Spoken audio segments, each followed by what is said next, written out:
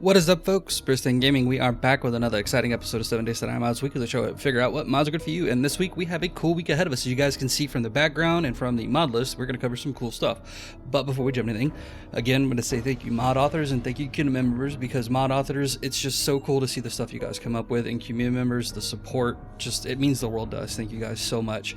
But now we're going to jump into the mods. And the first mod is Various Main Menu Style by Creed, and there's like 12 different pictures you can have here. I'm sorry, 14 pictures you can have here, and it's really cool because you get like a feel that they've really played the game a whole lot. Now, this might not be for everybody. Luna first brought this to my attention, and I thought it was really cool to have something like this. But this is my favorite picture. This is the one that, since I found this mod, I've been playing with the most, because it reminds me of the old console days, but it also just looks really cool. But there's a lot on here, like this one here we're going to show now, that looks really cool with the wolves and stuff. There's this really cool winter one that just looks really neat, that I think you guys are really going to enjoy. So take a time, take a look at it. It spices up just the plain generic background really well. Unfortunately, it doesn't like cycle through each time, which I kind of wish it did, but it is still really cool to have a cool background like this to be able to play around with and have just something really cool to when you load into the game. But with that, we're gonna go ahead and move over to the next mod. Alright, folks, so as you guys can see here, this mod is the super cool Not Just for Soda Fountains by Weird, and it brings in the best drink in the game, the Mega Crush, and makes it craftable. But also we get a Mega Crush pumpkin, so you too can express your inner basic white girl. I'm sorry I said that, but it's funny as hell to me, because I have a picture of pumpkin spice chloroform that just every time I see it this time of year just makes me giggle, because it's funny. Girls love, my wife loves it, everybody loves pumpkin spice whatever. So pumpkin spice Mega Crush to express your inner white girl. And you see the material costs of some steroids, coffee beans, vitamin, blueberry, chrysanthemum, and then just Master Chef Mega Crush schematic. Super simple, but being able to have Mega Crush, stuff like that, is just really cool. I love Mega Crushes in the game. When you're doing a melee horde base, they are fantastic for the boosted run speed, stuff like that.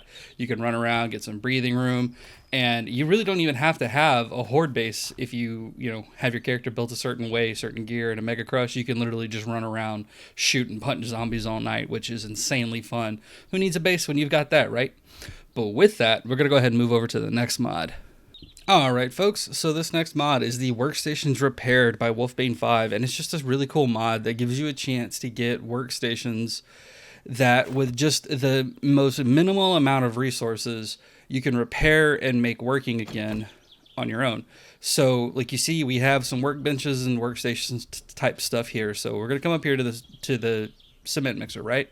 We have our nail gun, we're going to right click to repair it. Well, now we can pick it up. And when we come in here to our inventory, we see the destroyed, we click on recipes, we see what it takes to be able to repair it. We have to have workstations 30, which is the same level to craft it. But when we look at not the description, we look at the materials, it just takes a destroyed cement mixer and engine.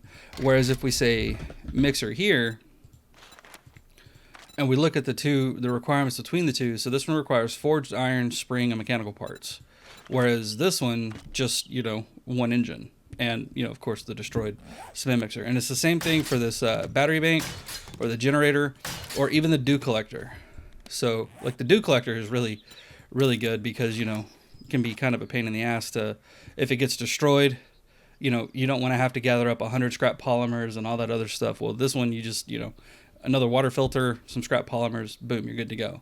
Or as for the generator bank, it's just, just the destroyed generator bank, mechanical parts and electrical parts. And of course, you have to have electrician level 25. And it's the same for the battery bank. Did I say battery bank twice? Sorry, I meant generator if I said battery bank twice. But you see, it's super simple to do like this. It's just a fantastic mod that really does make it easier getting workbenches and stuff. And especially if you find them destroyed out in the world, just repair it with a stone axe, a hammer, nail gun, whatever you have. Pick them up, and they don't really have a sell value, but being able to craft a new one to be able to have 10 cement mixers or whatever at your base, or even just more battery banks and generators for electricity could help a ton depending upon how you play. But with that, we're gonna go ahead and move over to the last mod. Alright folks, so this last mod is the Lootable and Harvesetable Zombies by Eric3227, and it's just a fantastic mod that brings back an old school flavor of being able to loot and harvest zombies after you've killed them. So you see we've got a number of zombies here, and the cool thing about this mod as well is there's some different kind of tweaks on the downloads where you can have soldiers give slightly more ammo, the labs give chemicals, and the nurses give meds. So you see we've got some zombies here. We're going to go ahead and, if I knew how to aim, we're going to take out these lovely nurses and we're going to come loot them. You see we got some meds from that one. We got some med stuff from this one. And come here. And some med stuff from that one. And then we can sit here and harvest them for bones and flesh. Now you say, really not all that important, the harvesting, kind of true. I like the thought of being able to loot them again. But be warned that on a horde night, something like this can cause like massive lag until the bodies despawn.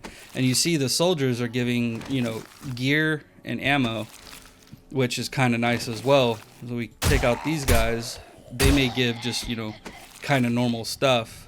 Yeah, so we got some cash, and we got some cash and a Duke, and a cash. And the bikers may give additional ammo as well, but it seems to be just normal cash. But still, it's really nice to be able to have something like that. And of course, you know, you do get a little bit of extra experience for both killing and looting them. And then of course you also get some from harvesting as well. It's not a great amount, but still, it can really harvesting like that and looting them like that can really add up on you if you're not paying attention and set you up for failure. But it's a fantastic mod that does bring back a little bit more flavor, because I don't always like having the loot bags and stuff like that. Sometimes I like, you know, seeing the zombies lootable and stuff, and they will despawn eventually, so you know you have to hurry up and loot them before they disappear on you.